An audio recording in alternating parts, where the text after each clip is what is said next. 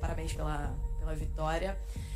Mas antes de falar do jogo, eu queria tocar no ponto do Bruno Henrique, que foi uma notícia que a gente teve ontem, né? Várias situações, enfim, envolvendo uma denúncia em relação ao Bruno Henrique. Ele veio para o jogo hoje, você colocou ele em campo. Eu queria saber se vocês conversaram, como é que está a cabeça dele diante de tudo isso que está acontecendo, Felipe. E queria saber de você, né, que sempre é um cara que se posiciona muito bem sobre diversos assuntos envolvendo futebol.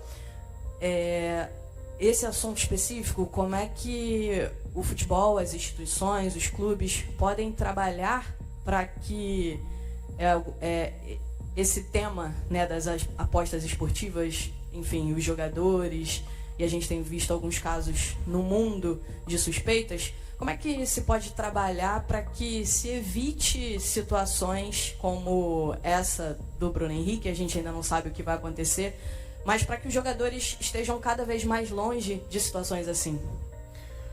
Bom, obrigado primeiro, boa noite. O Bruno, claro, conversei com ele, ele está normal, absolutamente normal, se apresentou com todos os companheiros. E como eu falei na outra entrevista ano passado, a mesma coisa.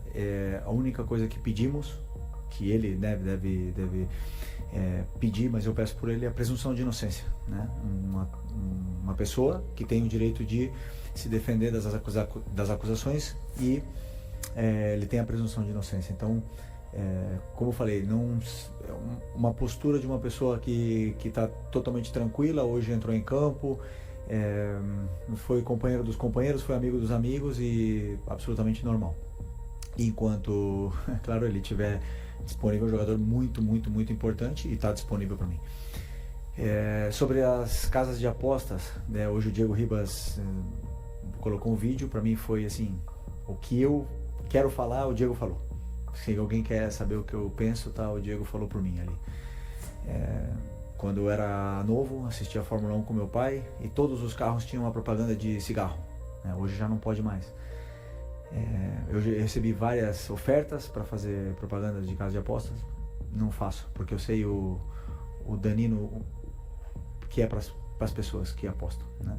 O vício que é uma droga, infelizmente. E daqui uns anos, daqui a 20 anos, a gente vai estar olhando e falar assim, caramba, todos os times, todos os lugares tinham anunciado casa de apostas, né? Mas o dano que está machucando, está fazendo em tantas pessoas, a gente não tem a real noção ainda, né, do que está acontecendo. E os jogadores, eles estão cada vez mais instruídos por o próprio clube. O Flamengo deu uma palestra sobre esse assunto, sobre o que os jogadores podem e não podem.